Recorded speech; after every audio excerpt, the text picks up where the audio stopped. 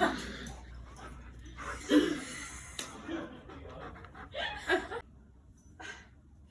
should probably go to the ER. This bleeding won't stop.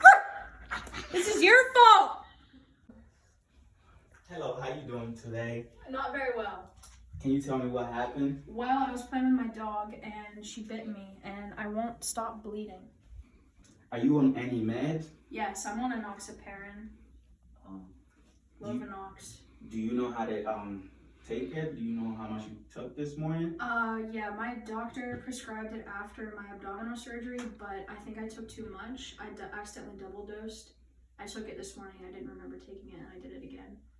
Okay, I think you might have overdosed. So we're gonna have to give you the antidote, which is protamine sulfate. Is it gonna hurt me? It shouldn't. It's through your IV. Okay. They started fluids when I came in because I'm not good with blood and I fainted in the ER. Is this gonna hurt? It shouldn't. I'm just gonna give it really slow.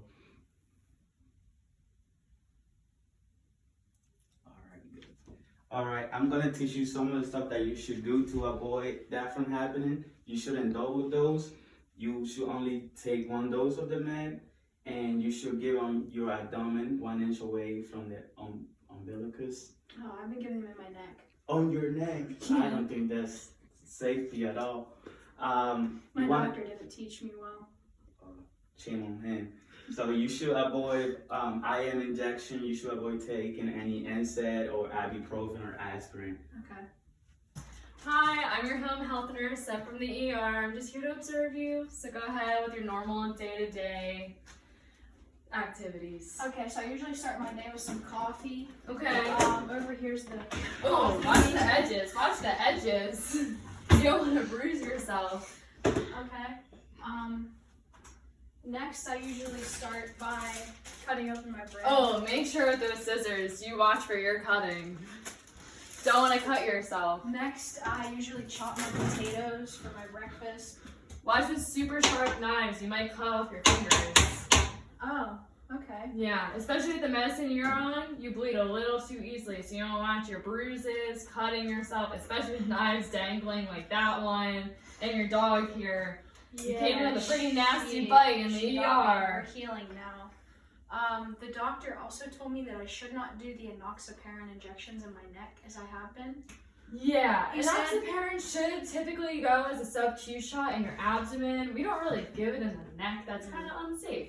But he took my surgeon. I was a little under the weather when he told me, and he said go somewhere where there's fat. So I was just like, oh, this is easy. I can see it. Yeah, abdomen is probably a more preferred choice. Okay.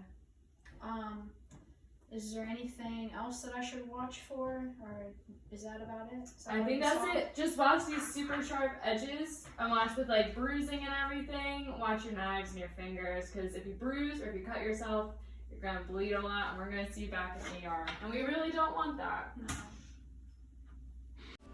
Enoxaparin, commonly known as Lovenox, is an anticoagulant used to prevent the formation of blood clots. Use caution around sharp objects, use a soft bristled toothbrush, and avoid activities where injury or bleeding can occur.